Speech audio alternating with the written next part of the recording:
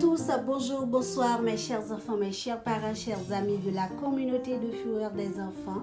J'espère que vous êtes en pleine forme cette semaine, contente de vous retrouver pour notre podcast, le mot de la semaine.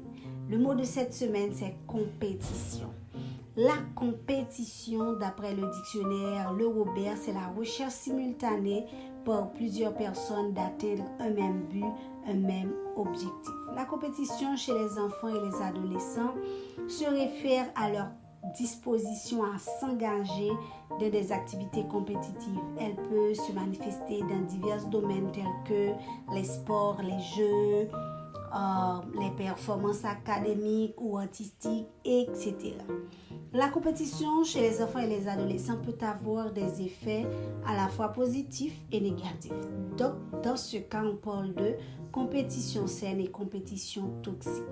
Qu'elle soit saine ou toxique, l'impact de la compétition peut varier en fonction de différents facteurs tels que l'âge de l'enfant, sa personnalité et également l'environnement dans lequel il évolue.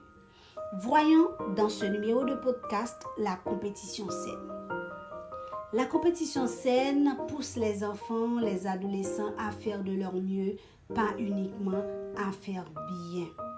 Elle apprend aux enfants, aux adolescents, des choses sur leur performance et leur façon de s'améliorer.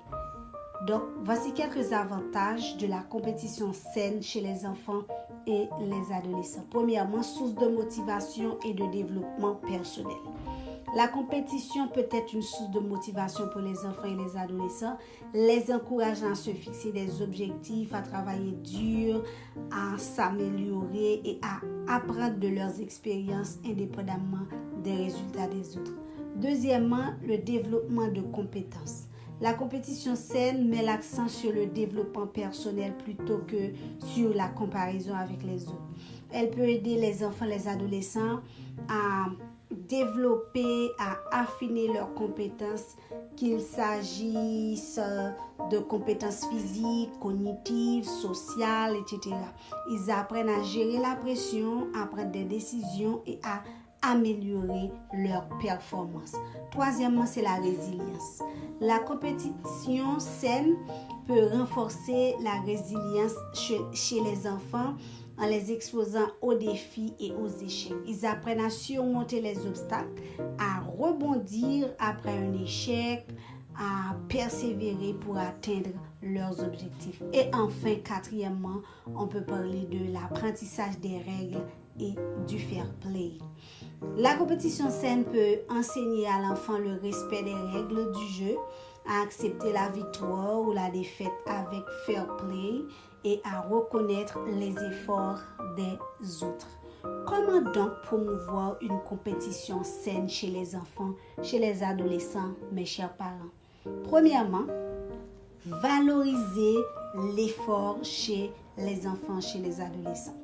Encourager les enfants, les adolescents à se concentrer sur leur propre amélioration plutôt que sur le classement ou la comparaison avec les autres. Mettez l'accent sur les progrès réalisés et félicitez-les pour les efforts fournis, quelle que soit la place qu'ils obtiennent.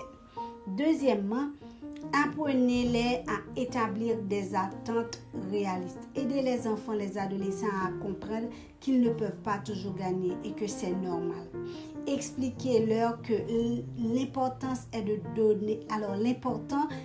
donner le meilleur d'eux-mêmes et d'apprendre de chaque expérience qu'ils gagnent ou qu'ils perdent. Troisièmement, encouragez la collaboration. Mettez l'accent sur les activités qui favorisent la coopération et le travail d'équipe. Et quatrièmement, évitez la comparaison excessive. Évitez de toujours comparer constamment les enfants entre eux ou de mettre trop d'accent sur les résultats. Cela peut créer une pression excessive et nuire à leur estime de soi.